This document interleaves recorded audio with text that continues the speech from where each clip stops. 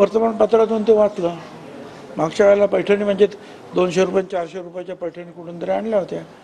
काय म्हणजे एक तर ते घेणं चुकीचं आहे आणि घेतल्यानंतर ते सगळ्यांना दाखवत होते की काय हालत होते. ते एक दिवससुद्धा कोणी ते वापरू शकले नाही. फसवेगिरी आहे. तर फसवेगिरीला कोणीही बळी पडता कामा नये आणि विशेषतः शिक्षक वर्ग असेल त्याच्याकडून या अशा बातम्या येताच कामा नाही की कोणीतरी जे आहे काहीतरी वाटतो आहे, कोणीतरी ते घेतो आहे आणि त्याच्यावर मतदान करतो.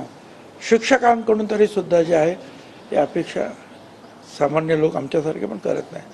कारण त्यांना आपण गुरुवर्य म्हणतो आहे.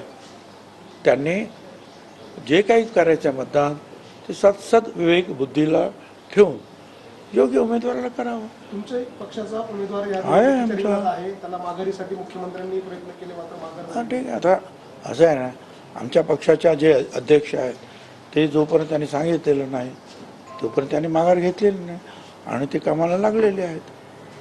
सध्या एकटे पडलेले आहेत, महायुतीची साथ त्यांना मिळत नाही. अजितदादा नाराज आहेत अशी एक चर्चा आहे. जीएसटीच्या बैठकीत पण नव्हते अजित पवार. काय झालं? अजितदादा जीएसटीच्या बैठकीला नाही आहेत, ते नाराज असल्याची सध्या चर्चा आहे. मला काय माहित नाही. मला काय तसं काय दिसलेलं नाही. सर्व मिटिंग महेंद्र भावसार एकटे पडलेले आहेत, त्यांना नाही आम्ही सगळे बरोबर आहे. तुम्ही काही काळजी करू नका.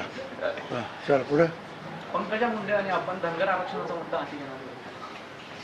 मग तुम्ही असं सांगा, कोणी सांगितलं करू ना. आम्हाला काय असं आहे की प्रश्न विचारताना जे आहे ना काहीतरी त्याला रिलेव्हन्स असेल तर विचारा. तुम्हाला मी इथे येतो बोलतो तुम्ही काही मला विचारत राहिला